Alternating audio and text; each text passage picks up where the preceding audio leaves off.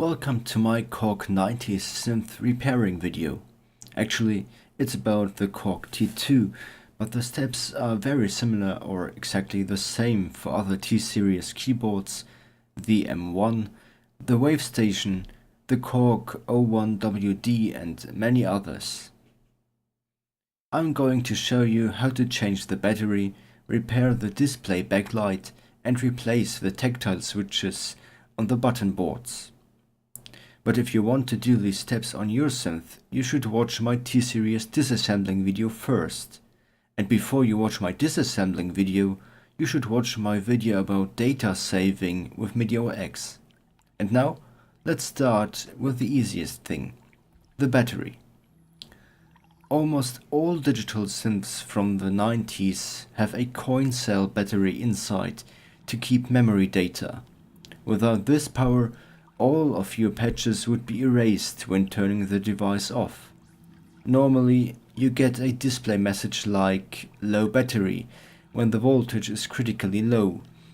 But just to be on the safe side, you should replace the battery every 2 or 3 years. After you removed the button plate, you will instantly see the electronics and the battery. The battery is a standard CR2032 for $1 or $2.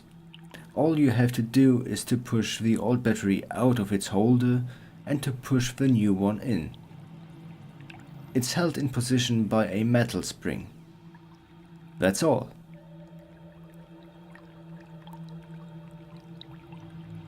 And now the display. It is a 240 x 64 dots LCD display with an EL backlight. EL stands for electroluminescent, which means that a plastic layer with phosphorus gives the light when connected to a power supply. But after a certain time of usage, it loses its ability to shine. Normally this happens after 10 or 15 years, sometimes after 20 years, of course depending on how often the synth was used. This is how my T2 looked in the dark.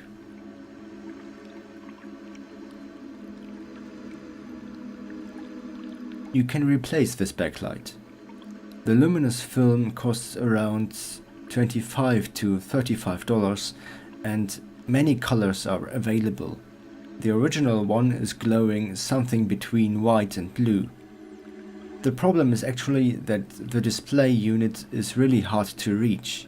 You have to disassemble the whole synth and this takes a lot of time. Especially, you can hardly test the display without reassembling the synth again, so that you actually have just one try. Good luck if you want to do this. The main part is rather easy.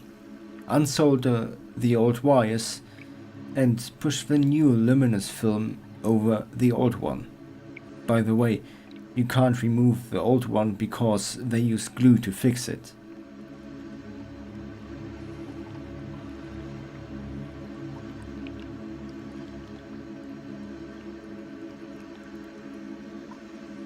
When you position the layer, try to place it rather to the top than to the bottom of the display.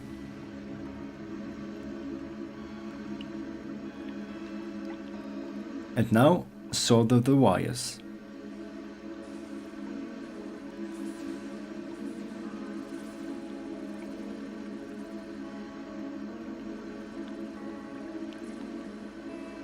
Finally, check if the film is in the right position and correct it if necessary. That's all.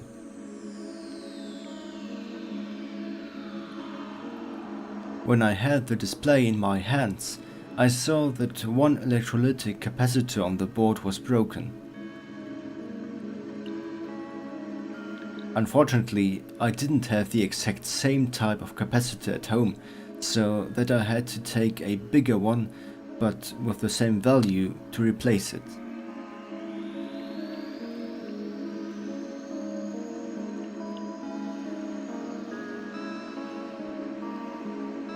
To be on the safe side, I fixed it a bit with hot glue.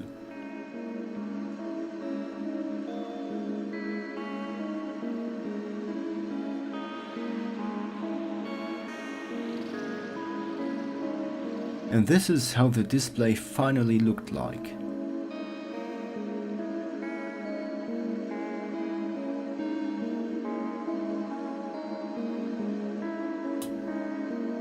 And because the keyboard was already open and disassembled, I decided to replace all tactile switches on the button board. These switches are 6x6 x 9.5mm types, which you can buy in packs of 100 parts on eBay for a very low price. They are really standard parts, nothing special. Here you can see the old switch on the right and the new one on the left in comparison.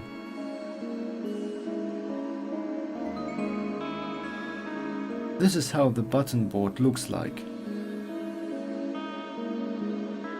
And on the back side, as you see, I've already unsoldered some switches.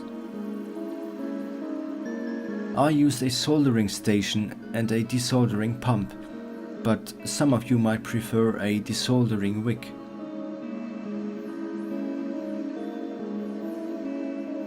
It is really easy to remove old switches. This takes about 10 minutes. After another 10 minutes, all new switches are mounted. Now, throw the old ones away to make sure that you don't use them anymore and enjoy your refurbished synthesizer. So this was my tutorial about replacing the battery, the display backlight and the switches. I hope you like this video. Let me know what you think about it. Leave a comment and like or dislike me. Thanks for watching and have a nice day.